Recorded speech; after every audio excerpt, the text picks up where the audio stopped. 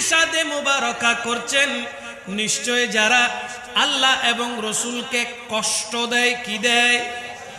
নিশ্চয়ই আল্লাহ এবং রসুলকে যারা কষ্ট দেয় তাদের দুনিয়া এবং আখিরাত লানত প্রাপ্ত। তারা দুনিয়াতে লাঞ্ছিত, লানত প্রাপ্ত, এবং আখিরাতেও লাঞ্ছিত হবে, লানত প্রাপ্ত হবে। চিৎকার দিয়ে বলি নাউযুবিল্লাহ।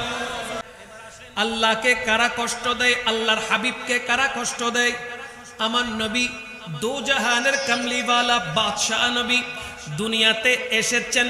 আল্লাহ পাঠিয়েছে কেমন করে, কিভাবে পাঠিয়েছেন, কি বানিয়ে পাঠিয়েছেন?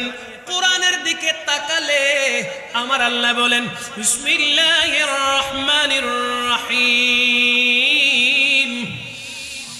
ওয়ামা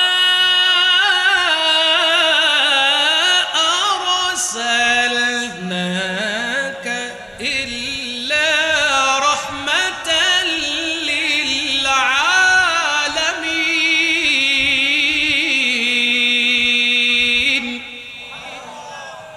আমার নবীকে আল্লাহ পাঠিয়েছেন কেমন করে? এমনিতে পাঠাই নাই, রহমতুল লিল আলামিন করে পাঠিয়েছি।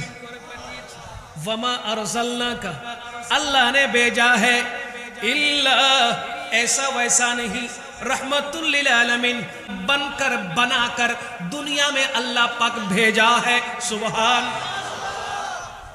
এখন জিজ্ঞাসা করেন, আল্লাহ নবীকে তো রহমতুল লিল আলামিন বানিয়েছেন, আপনার ব্যাপারে আপনার প্রশংসা কি?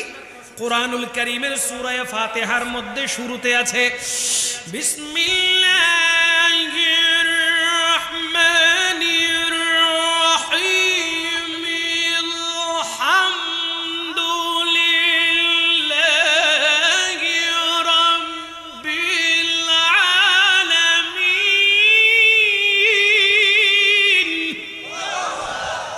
কোরআনে আছে না নাই?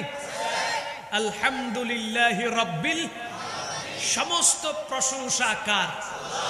যিনি আলমের রব, যিনি আলমের, নট অনলি ফর দুনিয়া।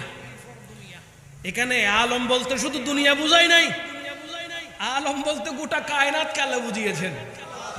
আল্লাহর যত সৃষ্টি আছে সমস্ত সৃষ্টিকে আল্লাহ বুঝিয়েছেন। আল্লাহ পাক বলতেছেন গোটা আলমের রব আমি আল্লাহ, সেই আলমের রহমত আমার হাবিব রাসূলুল্লাহ। এজন্য আমাদের পরিচয় কি হওয়া উচিত? দো জাহানে কি যে হবে আমার পরিচয়, মাশাআল্লাহ, দো জাহানে কি যে হবে আমার পরিচয়, প্রিয় নবীর গোলাম ছাড়া